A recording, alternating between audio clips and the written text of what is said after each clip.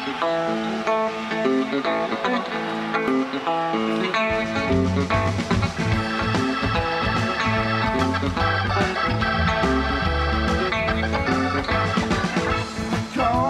a lot to win, even more to lose. You and me bound to spend some time just wondering what to choose. Goes to show you don't ever know. Watch each card you play and play it slow. Wait until that. Whoa, whoa, whoa! Put on the brakes! Put on the brakes! Welcome, welcome, boys and girls, children of all ages, hoofties, boofties, bug-eyed evers, right and left wing wackos, woodchucks, and chuckettes, kings and queens of the Northeast Kingdom. To another version of It's News to Us. And little dogs, too. Okay, little dog. You may return. You got your own camera. Here you go. There you go. Oh, you went too far. Now you're going to hide behind a curtain. Crying out loud, dog. And you're watching It's News to Us, or as the governor calls it, hobby entertainment. It's News to Us, where Newport's oldest TV news watchers new. New beer cues, locals say. With adult themes, adult language, not really. We're kind of like R-rated, maybe, thematically. No cussing here. But we're the Bronze Age invisible sky god. That's right, he's going to beat you and forgive you and beat you and forgive you. And my mic just sounded like I died, huh? Oh, yeah. I'm making adjustments back here. Okay, yeah. And I forgot that the adjustments that I make affect you. Oh, all right. And so we're all inclusive here. We're rolling still. We got the big guy in the booth. We're all inclusive here. We cater to men who think they're women, who look like men, who act like women. And, we got some good old Biden news again this week. And there's Geezer Joe. That's our president, our commander-in-chief. And his dog bit somebody else again. Did you hear that one, Toddster? You know, I was just reading it before you got here. I didn't actually get to read the story, but I read the headline. Yeah. Great dog. You want to have a German Shepherd that bites people. Nothing wrong with that. They used to say that in law, the first bite's free. After that, man, you're in trouble. And defund the cops? No, we're going to defend the cops, okay? The days of the bad cops, the good cops overlooking the bad cops are over. They don't get paid enough to deal with the drunks and punks and junks and everything else. And here we attack ideas, not people. It's called respect. And, anyways, oh my goodness, where do we begin? With Geezer Joe. We've got some new stats, I guess, if you'd want to say that. So who did his dog bite? Anybody good? They're not saying. It's just staff, some staffers. Some of the staff that's not allowed to smoke pot. Yeah.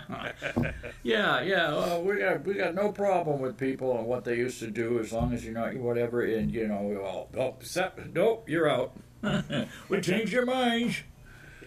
Yeah, right. And he gave oh my God, that address to that press conference was embarrassing. It was embarrassing. He had cards, he was reading, he couldn't keep his mind straight. They asked him about the filibuster, he just started going off on a tangent, and then he's all like, whatever. And he just stopped. The guy is brain dead. We have a brain dead president, man. The White House is now a assisted living facility. Oh, and speaking of which, they keep harping about this Georgia voting law. Well, they're tightening up the voting laws all across the country because this last crap show was just unbelievable. And they're saying, you can't even give food and water to people in line. No, the poll workers are allowed to give out food and water to people. You could order pizza if you're in line. It don't matter. As long as it doesn't say vote for Joe Biden on the box or Trump water on the bottled water. You know what I mean? As a matter of fact, I was going to bring it in today. I didn't have time. I'll try and bring it in next week. I have I collect old bottles. And one of this flask I got, and it's one of the few I've actually bought in an antique shop. The thing is in mint condition, and it's a whiskey flask from about 1830 or 1840, and it's got a picture of General Zachary Taylor on the front of it. It's embossed in the glass, and it was what the hell was it? Because Tippecanoe and Tyler too, right? Tyler was his VP pick or some damn thing. But anyways, the whole point of this flask is to show people that this is what they used to give out to people at the polls, Todd. If you went down to vote and you were, they said, like the first, 100 people in line or whatever, Yeah. they give you a friggin' bottle of whiskey. You know? Nice. And it just so happened that the candidate's picture was on the bottle. So they're lying. They're lying. Jack Daniels. Yeah. On 3 networks, man. Well, most all the networks, they're lying. It's just unbelievable. Oh, and well, let's see. We got the new Cuomo count this week. What are we up to? Like 10 now, Toddster? 10 women? Oh, I didn't hear the new one. Yeah, the stupid Mario brothers, as I call them. New York governor, it's so easy, a caveman can do it. He's not budging, he's digging in his heels. And the Dems are after him. I think they want to get rid of him because they think he's too conservative, and they want to get someone in there like AOC or someone who's really gonzo. Well, you know, it's funny to me, like the Democratic Party's freaking out right now that Joe Biden, like, suddenly doesn't support the minimum wage. And it's like, he never did. He said that, and you guys gave him crap, so he changed his mind so he could get in. Like, what did you expect? Well, what did you expect from a candidate that hid in the basement, wouldn't take any questions? He threatened people out on the campaign trail. He threatened a guy over in New Hampshire. Yeah, he got right up in his face. I mean, come on, he doesn't know where he is. He thought when he was in Keene, New Hampshire, he said he was in Vermont. What's not to like about Vermont? It's like, wait a minute, you're in Keene, New Hampshire. Fool. But anyways, the stupid Mario brothers, you know how much he got for an advance on that book deal, Todd? I don't recall, but I know it was a good amount. From the publisher? He got a $3 million book advance, right? You know how many copies it sold so far? That's the one about how he steered New York through the early days of COVID or whatever. Yeah, it's called like How Great Thou Art or something. How much has it sold? He sold a whopping 46,000 copies. I mean, damn, man. I'm no book publisher, but maybe wait till COVID's in the past before you release a book about COVID. Yeah, especially when you sent all these senior citizens to their death, and then right back to nursing homes. Ignore the ship in the harbor. Ignore the Jacob Javits Center. Ignore the instant hospital they built in Central Park. Ignore all of that, and send them back to the nursing homes. And they did the same thing in PA too, and in Michigan too. And that witch of a governor out there, Whitmer, she won't release the any of the stuff. The guy has taken her to court. A reporter, what do you call it? A journalist, a little punk journalist like me. He's not affiliated with any big papers or anything. But he's taken her to court. She won't give out the figures. And they did the same thing in Pennsylvania. And what did our new Undersecretary of Health and Human Services or whatever, Dr. Richard, she's now Rachel Levine, she pulled her mother, yanked her mother right out of the nursing home because she didn't want her own mother to die. But she was perfectly willing to let all the other, seniors die when she was the Commissioner of Health in Pennsylvania. But that's okay. We're Democrats. The press won't even bother to ask about it. Yeah, Zach Taylor, he was the 12th president from 1849 to 1850. He was dedicating the base, for the Washington Monument, Toddster. And it was a hot July day, Independence Day celebration. And he was out there cooking in the hot weather, and he was not a youngster or a spring chicken. This guy was, he had fought in the Mexican War, but he was fading pretty fast. And he died like 7 days later. Yeah, he died. He got overcooked on July 4th, and he died July 9th, 1850. And Oh, and the assault weapons ban. We got to ban assault weapons. Oh, we got to ugly-looking black rifles and them AK-47s and stuff, too, that you can't hunt with, except that you can and people do. But, never mind that. FBI statistics, Toddster, right? I didn't get to the pistols. I just got these stats. For latest statistics for 2019, let's see. There were 364 people killed with rifles. That's all rifles. It doesn't say if they're bolt action, lever action, or semi-automatic. 364 deaths nationwide in a country of, 350 million people. There were 364 killed with rifle. 600 people were killed with fists, baseball bats, whatever, right? Double that, almost. And 1,476 were killed with knives. So we've got 364 killed with rifles, 1,400 with knives. Are we going to have some common sense knife control finally? When are we going to get some common sense knife control? That number seems awfully low, but is this last year like during COVID when there were no public gatherings or anything? No, 2019, the year before. 2019. Huh. Yeah. Seems like a low number.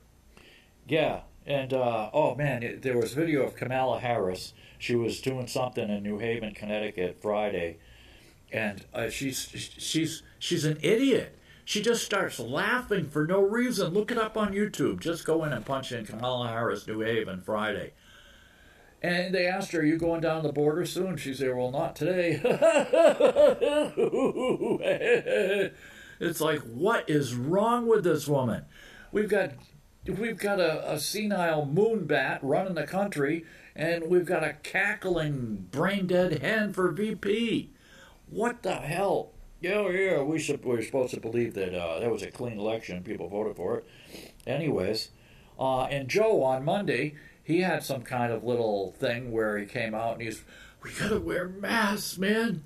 Remember that? All we need is 15 days to flatten the curve. This was a year ago, right? And then we gotta shut things down for 15 days. We had to listen to Dr. Fraudshe. You gotta shut things down for 15 days, and then 30 days, and then, and then we get the Governor Governor Pickle-Nose Scott here, shut the whole damn state down.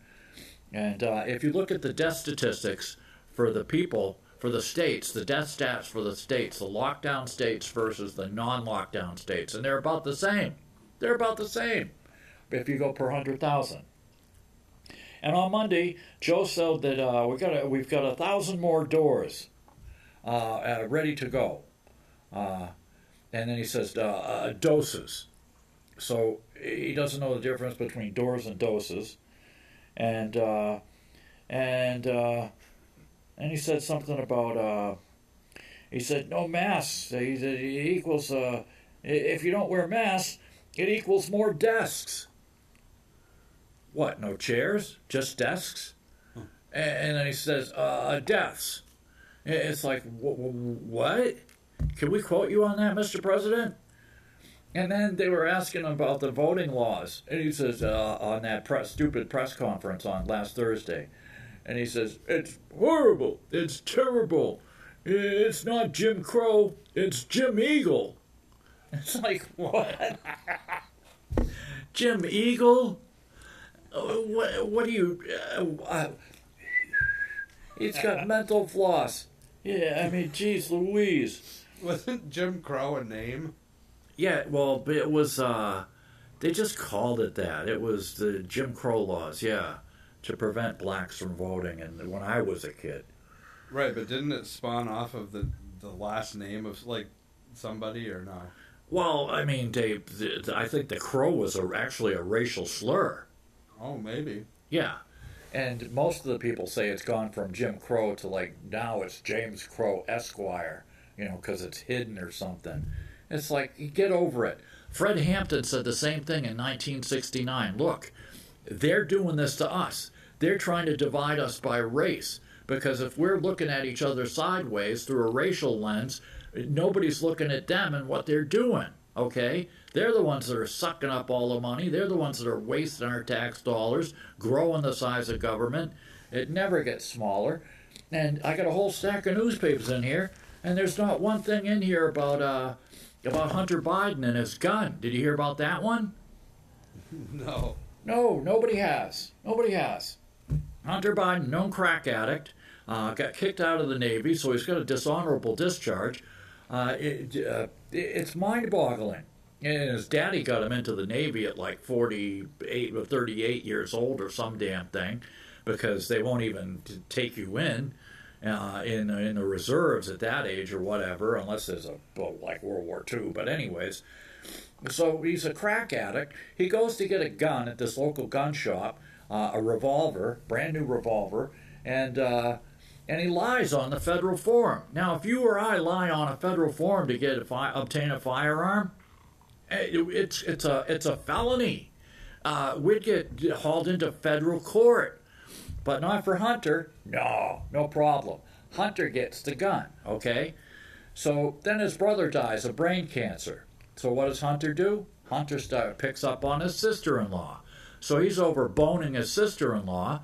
And so in the meantime, she realizes that Hunter's got a big crack problem along with other alcohol and everything else, right? So she takes a gun out of Hunter's car and takes it down to this local supermarket, which is right near a friggin' elementary school, and throws it in the dumpster. Well, somebody, I don't know if it was her or Hunter or the store people, somebody called the authorities to come in and take care of this gun that's out in the dumpster before the kids or the homeless people get a hold of it. And so the cops roll up, and next thing you know, the FBI's involved, and the Secret Service. Now, mind you, the Secret Service doesn't even take care of Daddy anymore because he's no longer vice president. This was only like a year and a half ago, right?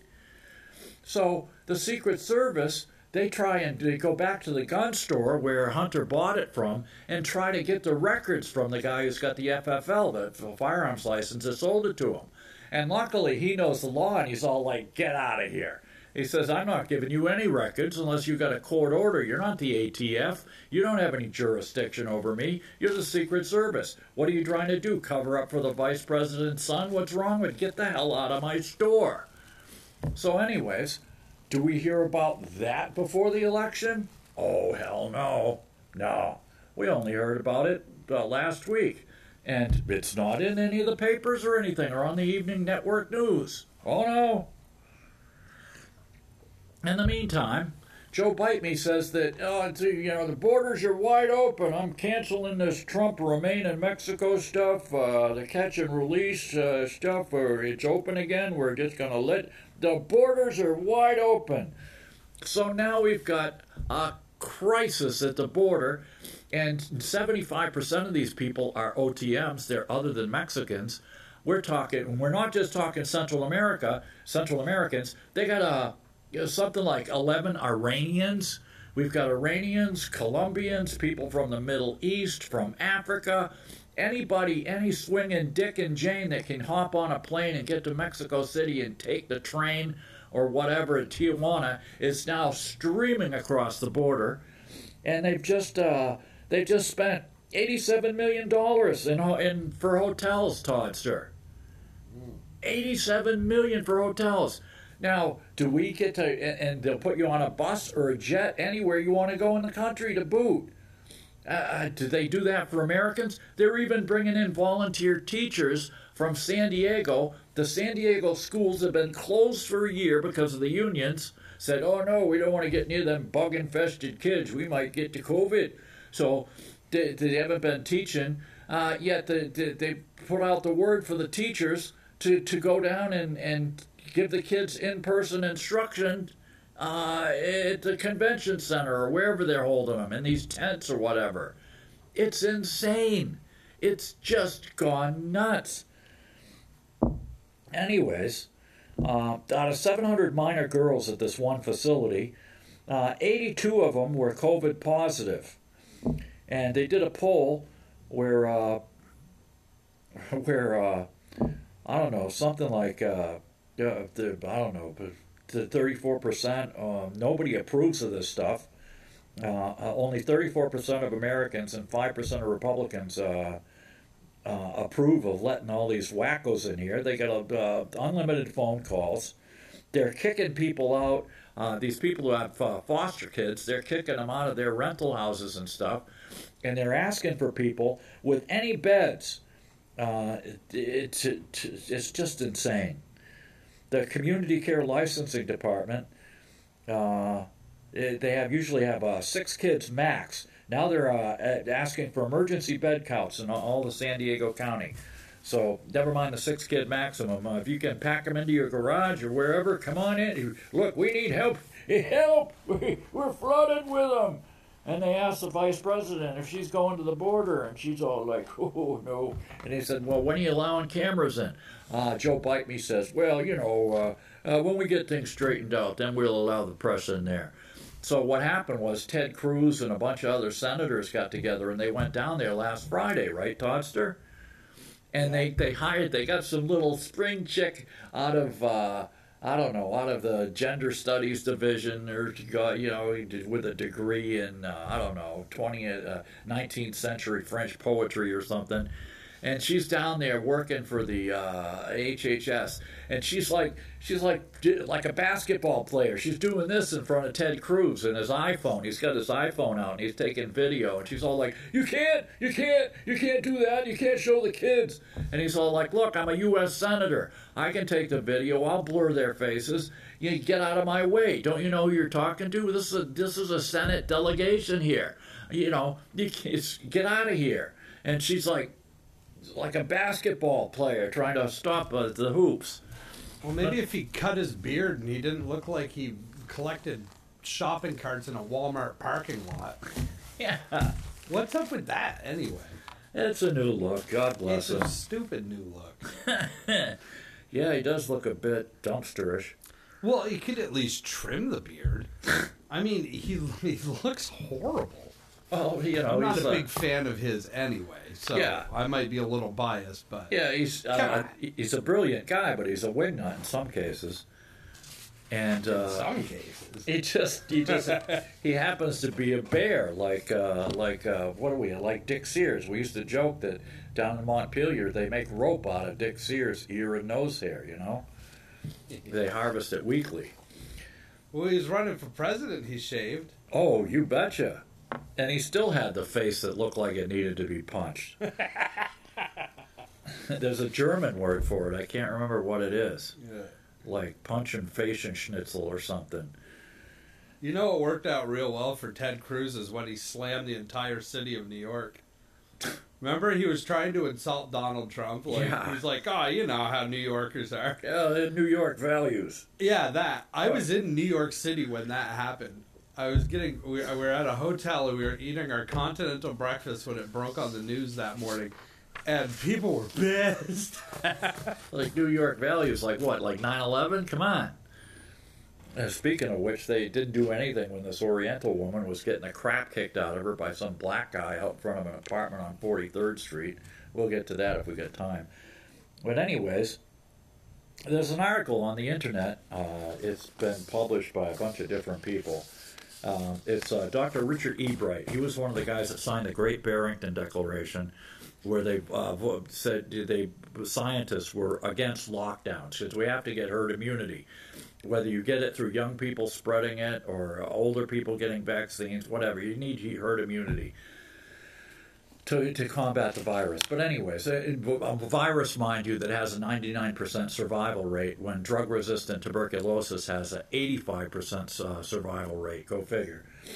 So this Dr. Richard E. Bright, I'll read you some excerpts from his interview. And E. Bright has A.B. in microbiology and molecular genetics from Harvard.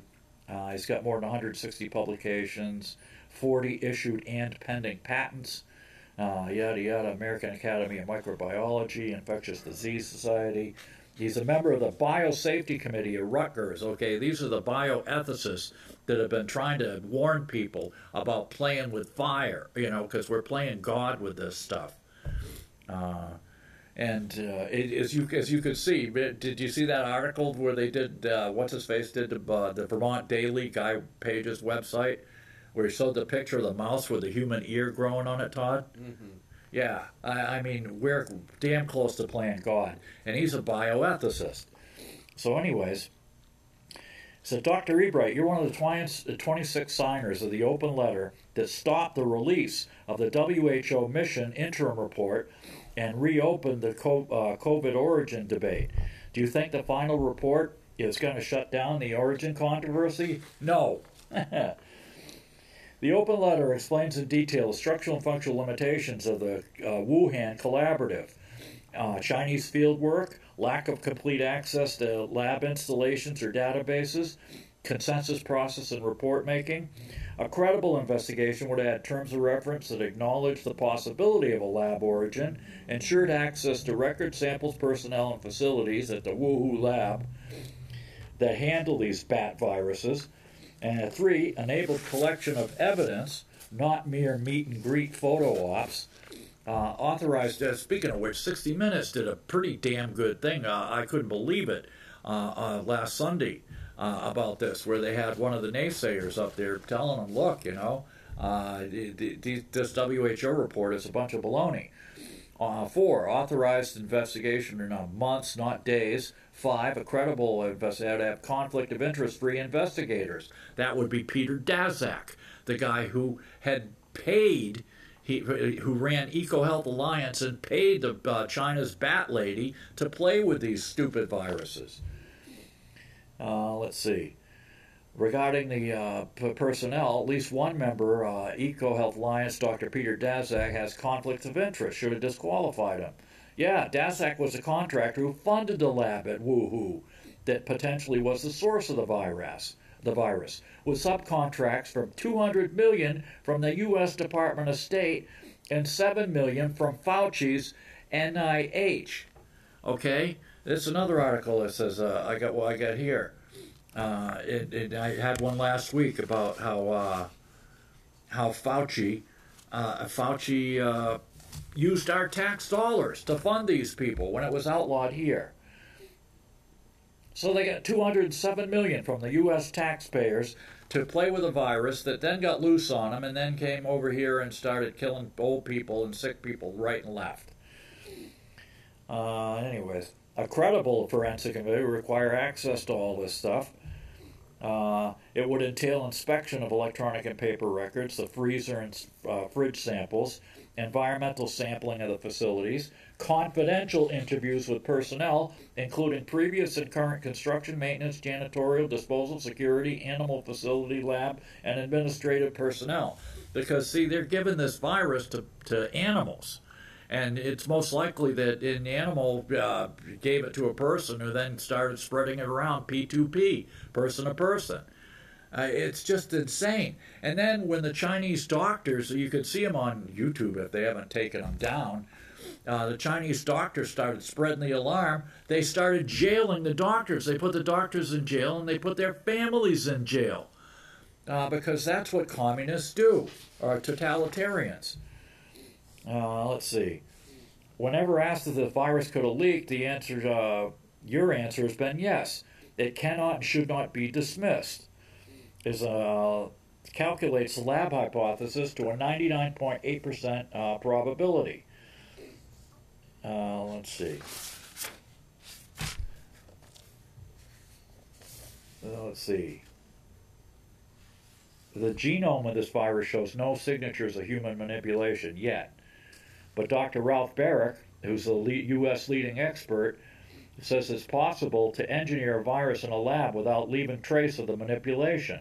The fact that the genome sequence of the virus shows no signatures of human manipulation rules out the kinds of gain-of-function or weaponization research that leave signatures. But this does not rule out kinds of the gain-of-function research that do not leave signatures. The chance that this virus is a gain-of-function virus does not imply that the leak could have occurred during a bioweapons program. Let's see. Does the current crisis demand new debate and a moratorium on these highly risky experiments, and that this time with a more international engagement? Yes, obviously, yes. We got to shut this down. These people are insane. They're playing with fire. This stuff makes atomic energy and radiation look like nothing. I mean, they're ready to make another Godzilla. The director of the NIAID, which is Fauci, and the NIH has systematically thwarted efforts by the White House, Congress, scientists, and policy specialists to regulate this research and even require a risk-benefit analysis for projects involving this weaponization. In 2014, the Obama White House implemented a pause in federal funding for this concern. However, the document announcing the pause stated in a footnote that an exception for pause may be obtained if the head of the funding agency determines research is urgently necessary to protect public health or national security. Unfortunately, the NIAID director, Fauci, and the NIH director exploited this loophole to give exemptions to projects subject to the pause, preposterously asserting that it was urgently necessary to protect public health. In 2017, the Trump administration announced a potential pandemic pathogens control and oversight framework, P3CO, that implemented a requirement for the risk-benefit. However, the framework relies on the funding agency to flag and forward proposals for the risk-benefit review. Unfortunately, the NIAID director, Fauci, and the NIH director have declined to flag the proposals for the risk-benefit review, thereby nullifying the whole framework. The proponents of the experiments have won all the debates of the last decade, but I wonder why some of its most prestigious critics are keeping such a low profile when not a thunderous silence. I'm thinking of one of the leading organizers, Dr. Mark Lipsitch, who in 2018 was still warning that influenza gain-of-function studies could provoke a pandemic on a scale never seen before. I consistently have stated this research should not have been performed. But anyways, you can see it. Dr. Richard Ebright. Go on the internet and look it up for yourself. It's insane. And Fauci, when this is all over, we're going to find out that Fauci is like Satan incarnate. I mean, before he had his vocal cords snipped, he even sounded like Satan. Anyways, local news. Here we are. Local news. Just in case you missed it, front page of the Burlington Free Press today. Get your paper here. Check this out, Toddster. Mud season's here. Yay! Hey, like you hicks out in the sticks didn't know that, huh? You're trying to get home and you're up to your axles. You got school buses being pulled out of the muck. But, you know, we'd better put it on the front page in case you're too stupid to figure it out yourself. Unbelievable. This is why a good grader operator is worth his weight in gold, and you need proper ditching. You need like a 5-degree pitch on the road. Anything more than 5 degrees will send you off the road on an icy day. Anything less than 5 degrees allows the water to pool up and create ruts and mud puddles and muck. Okay? I mean, this goes back to the Roman Empire. They knew this stuff. But, you know, I guess it's hard to find good grader operators. Wow. The best one I ever You think seen. that's bad? Try going down the Suez Canal. Yeah, they just cleared it today. The best grader operator I have ever seen was Rainey Patnod, without a doubt. Guy is a friggin' magician on the grader. Here we are. Welcome, hacks! Yeah, $100,000 a year. No problem. $100,000 a year and $80,000, $107,000 a year for the head of the Cannabis Control Commission, and then $80,000 a year for these two people underneath him. And this is one of their mission statements: to seek out ways for diverse and historically disadvantaged people to enter the marketplace. Historically disadvantaged. Would that be like a poor white-ass punk like me who've been growing weed off and on since 1969 and actually got busted for cultivation of 365 pounds of weed in 1991? Would that include me, Todd? No. No. You're what we consider a professional. Yeah. they never consulted any professionals when they passed this stupid law, because if they had, they would know that, that when they say you can have like 6 mature and 3 immature plants, that you get a 50-50 male ratio. You start out with 25 plants, you'd be lucky to have half of that, say 12, be female, and out of them, maybe 4 might be big ones. You might get a couple of mutants. You could get a couple of little weenies that don't do anything. I mean, none of these laws make sense. Just, I'm for liberty, okay? Right here. Liberty. Liberty. Liberty. Liberty. Look at that song on YouTube for the Grateful Dead. Liberty, okay? Leave me alone. Leave us alone. Just go away. If you want to tax us for selling it, that's a whole other thing. But I don't need no license. I don't need your big fat ass checking out my backyard. I don't need helicopters. We don't need any. Just leave us alone. But oh no, here we are. Diverse and historically disadvantaged people entering the marketplace. The job description, and I almost applied for this. You can ask Todd. I went down to the local hardware store. I had my bust records and my resume made into electronic format. I was all ready to go, and then I started thinking, I'm 64 years old. I'm going to have to get a new wardrobe. I'd have to get my jackets all dry cleaned and get my pants out and have them dry cleaned, and then I got to iron shirts, and I got to get shoes that have a shine on them, and then I got to drive an hour and a half to Montpelier every day. I'm all nah. Even for 68 grand, 70 grand, no, it's not worth it.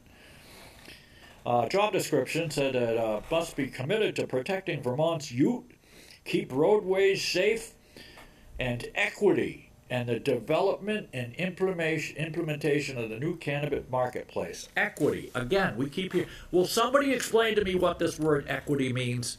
Okay? We have equality listed in our Constitution. I got a copy right here. There's plenty of mentions of equality, okay? Nothing about equity. Nobody can explain what equity is. Equity means their hand going into my pocket, taking out money, and giving it to someone else that they deem UVM, either underprivileged, vulnerable, or marginalized. Those are UVMs. Okay, so here are the people.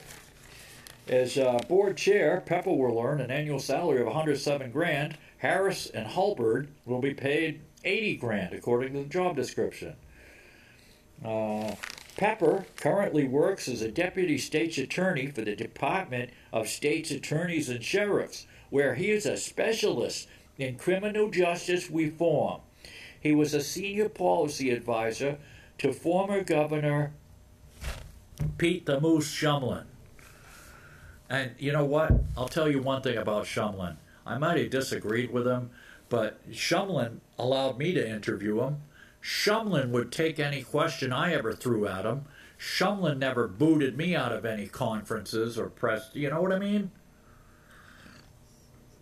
If Shumlin didn't like the question, he'd say, look, let's go to the next question, or I'm not gonna, I can't answer that.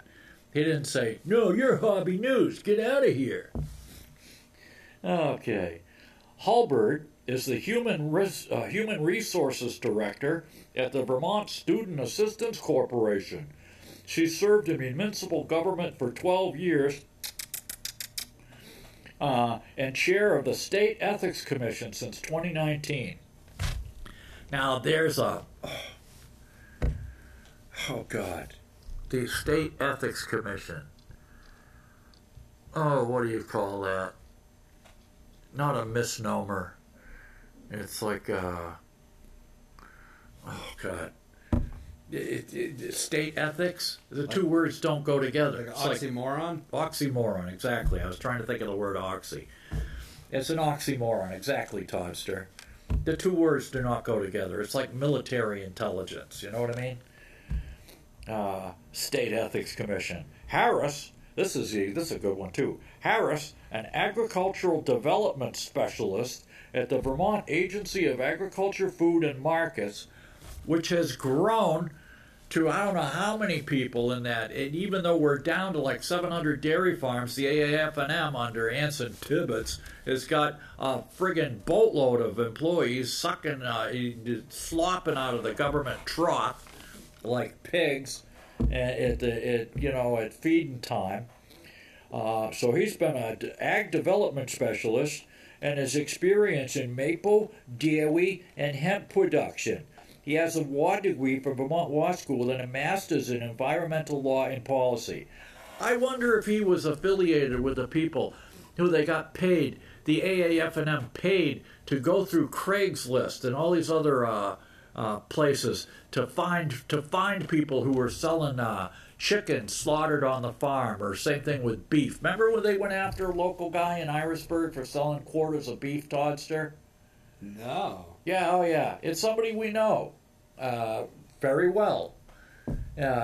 He lived over in Irisburg, had a farm. Yeah. And he used to do slaughter, because see, here's the thing, boys and girls, when you take an animal and that you love, that you've taken care of for a year, 2 years, and it's time for the animal to go. So you got to kill it, skin it, whatever, bleed it. When you shove that animal into the back of a truck and it gets to the slaughterhouse and it hears all these other cows mooing and stuff, it knows it's going, okay? And adrenaline starts pounding and running through its veins because it's scared to death. It knows it's going to die, all right? Whereas when you slaughter it on the farm, you take it out back like you're always going to do, then bang, 2 in the hat. It doesn't know what hit him. You know what I mean? It's more humane. And then you take and you cut it and you sell quarters, and you do it, obviously, in cold weather in like October, November, and so you don't have flies and do whatever, but you bleed it out and then you sell the quarters or whatever. But oh no, mister, Vermont law says you can only sell halves. You can't sell quarters, Toddster. So what did they do? They would have snitches going through Craigslist to bust people who were selling quarters of beef. That's a good use of taxpayer money. I didn't know that. Oh yeah.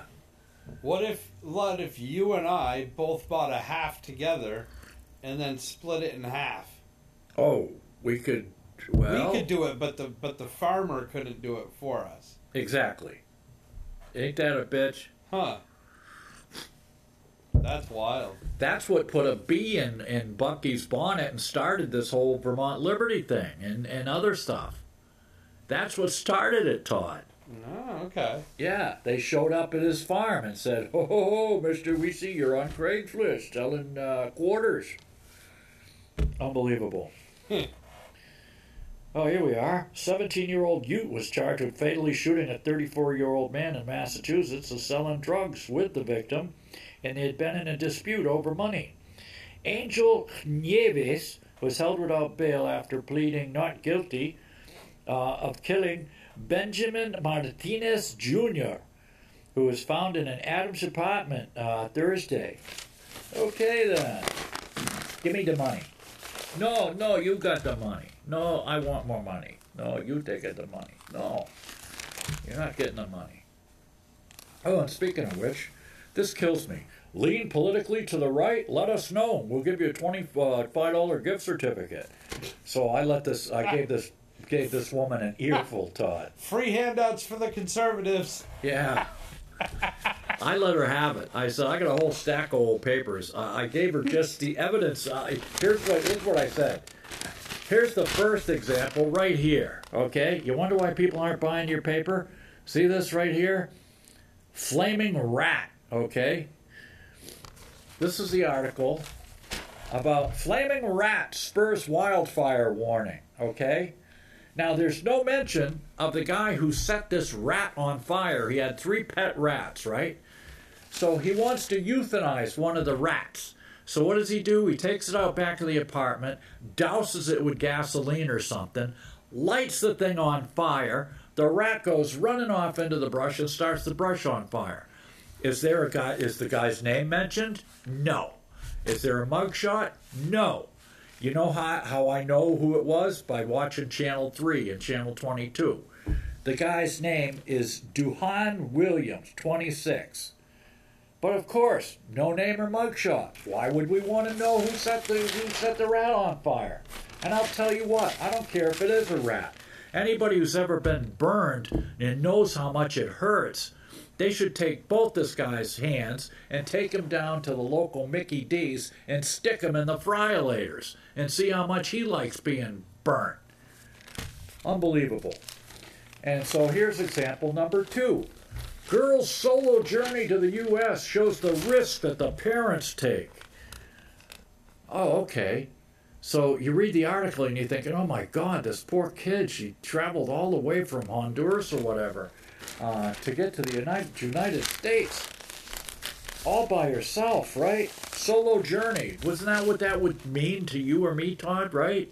Mm-hmm. Solo journey? Yeah. Until you read the article. Her father had traveled with her by bus for 22 days across Mexico. Then he went back to their homeland in Honduras, but not before he placed her in the hands of a young man who was to help her cross the river into Texas. That would be a cartel member. They're giving out wristbands. Have you seen the wristbands?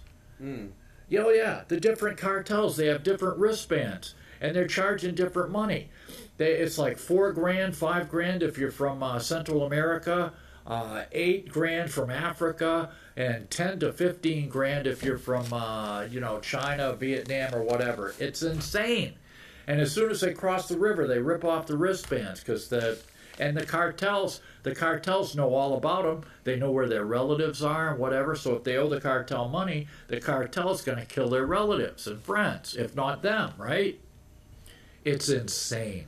What if they don't get you across the border? Do you get a refund? Oh, I'm sure of that, yeah. Keep your receipt. We'll give you credit for the next time. How's that? Yeah, let's see. And then it says, and then we find out afterwards, they were not using her name, and the identity of her father can't be obtained. Let's see. These desperate decisions represent a dilemma for the fledgling administration of Joe Bite Me and his attempts to restore an orderly asylum system. No. 95% of these asylum seekers are found to be without merit. They just want to come here and either get on welfare or work under the table, being someone's cook, nanny, or dog walker. You know? But everything free in America. And once you're a refugee, if you get the refugee status, you get the big R stamped on your forehead. Then you get the monthly checks, the Section 8, everything, man. So then it goes on further, and it says, he tried to comfort the girl who was cold, hungry, and thirsty. She pressed ahead to a country where she knows no one but a family member in South Carolina. Of course. And the cartel knows the family member in South Carolina. And if they don't pay up and she don't pay, you know what I mean? Okay. The girl said her father had no more money to cross the border with her. He lost his job, she said simply. She said she was able to gather that the girl's father had recently tried to cross with her, but they were both quickly expelled back to Reynosa, Mexico, under the pandemic-related powers that Trump invoked.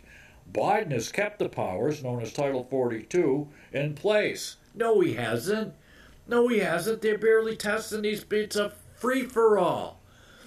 And so we find out later in the article that they'd been expelled before, which is against the law. Sneaking into this country is against the friggin' law. So they broke the law before, and this time Daddy couldn't afford the cartel, so he just went back to Honduras.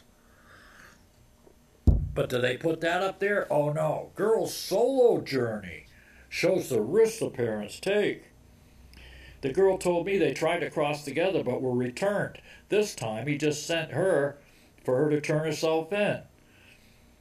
A federal judge has halted the expulsion of unaccompanied children in November after the Trump had turned back at least 8,800 of them. But an appeals court panel of 3 Trump-appointed judges. Oh, remember when Obama told us there's no Democrat judges or Republican judges, only judges? Oh, no. Now it's 3 Trump-appointed judges.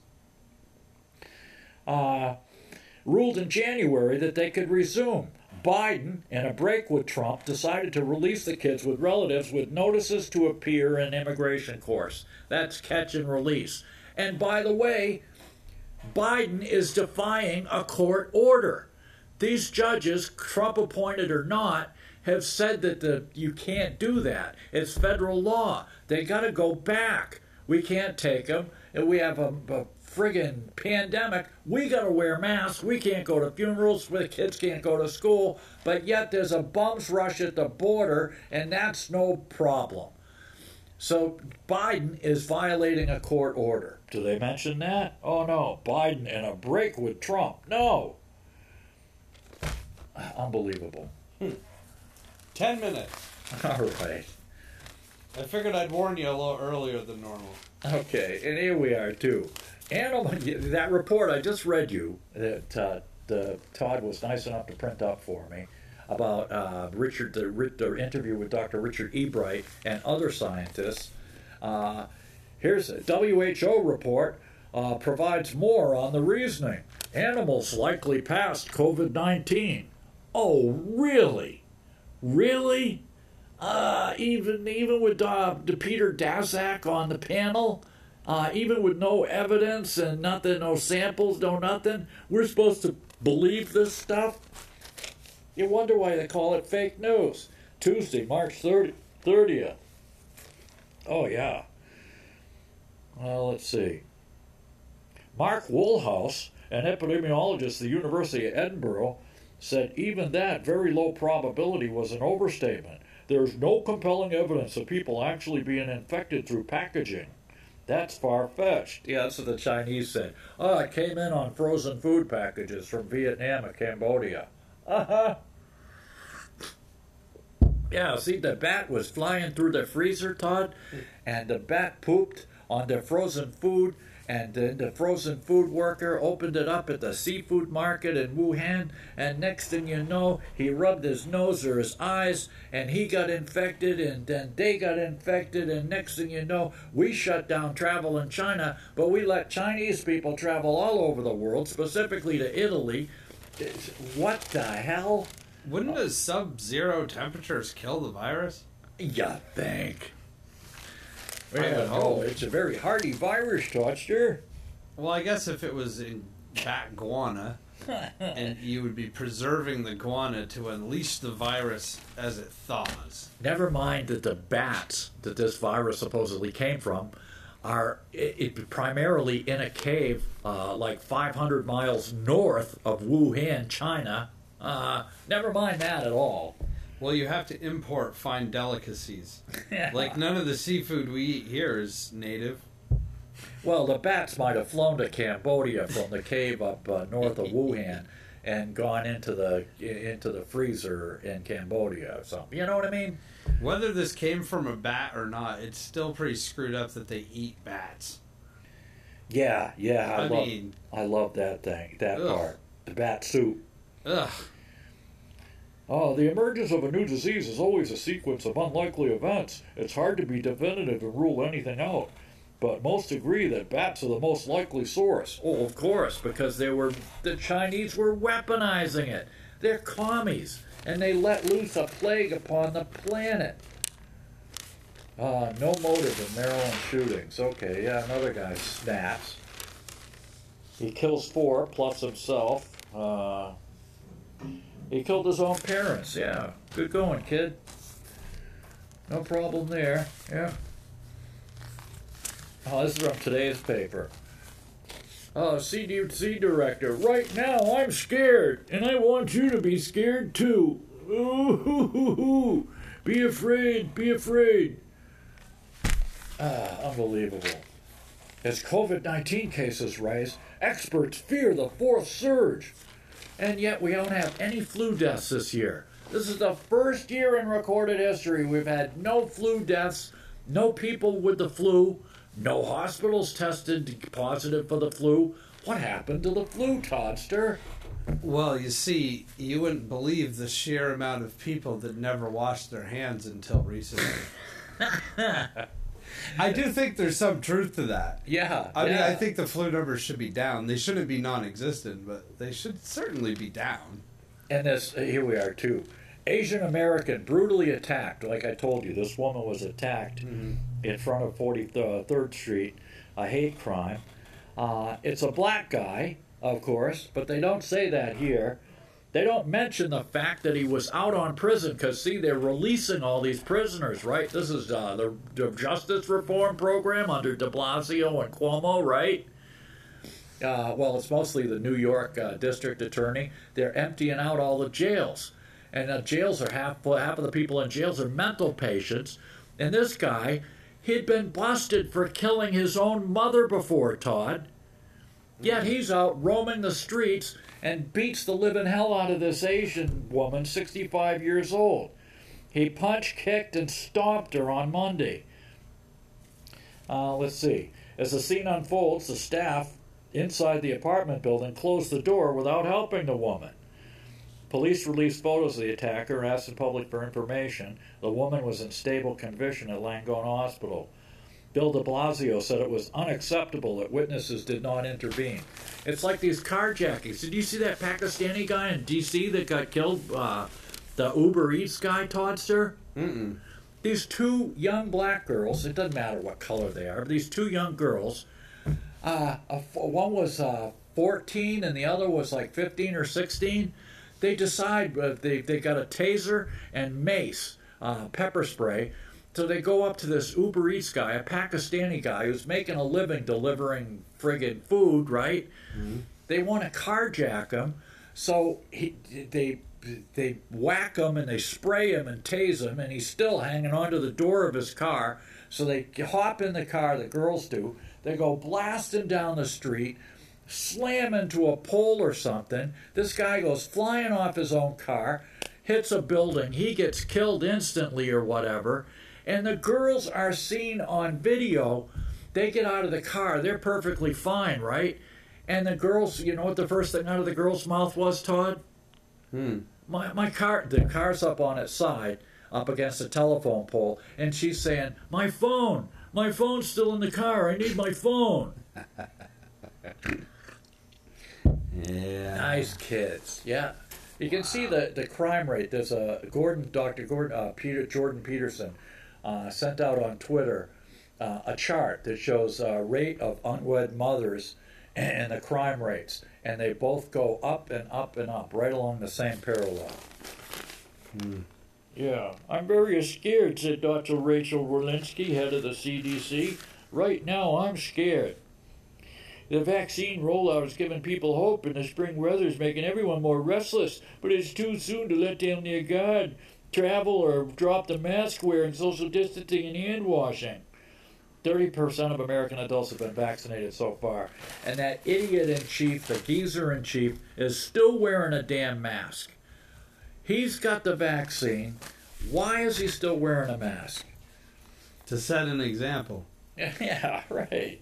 You got 2 minutes. Here we are. All right. Last but not least, Boulder suspect held without bail. Well, you know why? Why did he do it? Why did he walk into a store and start blowing people away? Well, it's called a jihad, and it turns out he's a Trump hater. And you know they're all saying, well, it's a white man. You know, another white man with a black rifle. And until they find out that the guy's name is Ahmed Al-Aliwi Al-Alisa, okay?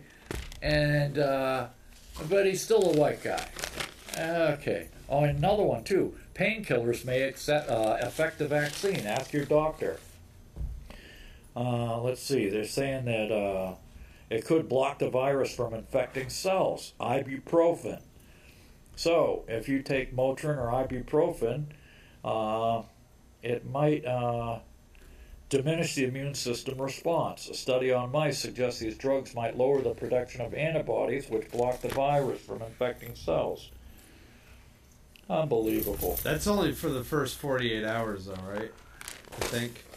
It doesn't say. Can I take painkillers before or after the vaccine? Don't take them before the shot, but ask your doctor if it's okay afterwards. Whatever. Aspirin works good. Well, look at all the news I didn't get to, but that's okay because You know, I'm just a hobby journalist. Okay, last but not least, the dope lawyer for the musicians died. He represented Cassidy, Ken Kesey. He set up a tent, a table out in front of the Grateful Dead house on in Haight-Ashbury in the 60s, and represented people for weed laws. The guy's name was Brian Rohan, known as the dope lawyer. Represented Janis Joplin, the Grateful Dead, Ken Kesey, and a lot of other people. The Merry Pranksters, whatever. Well, once again, you wasted a perfectly good hour of your life watching this stupid show.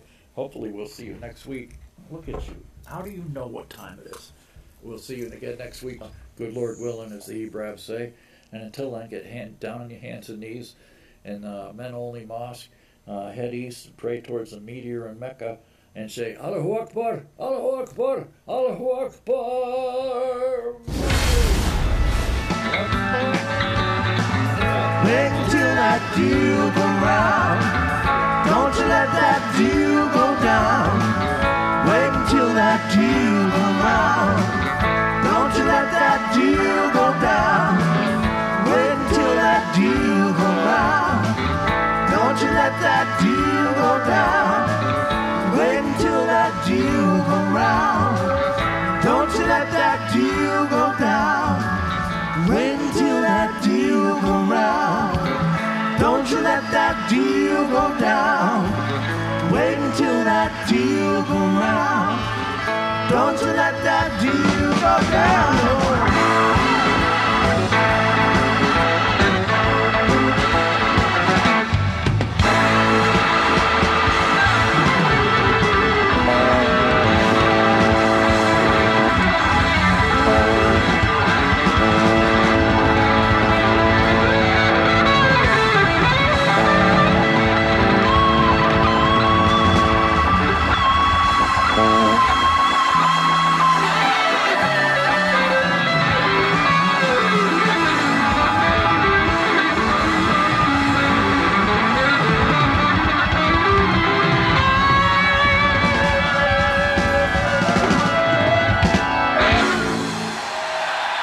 We'll be back in a few minutes.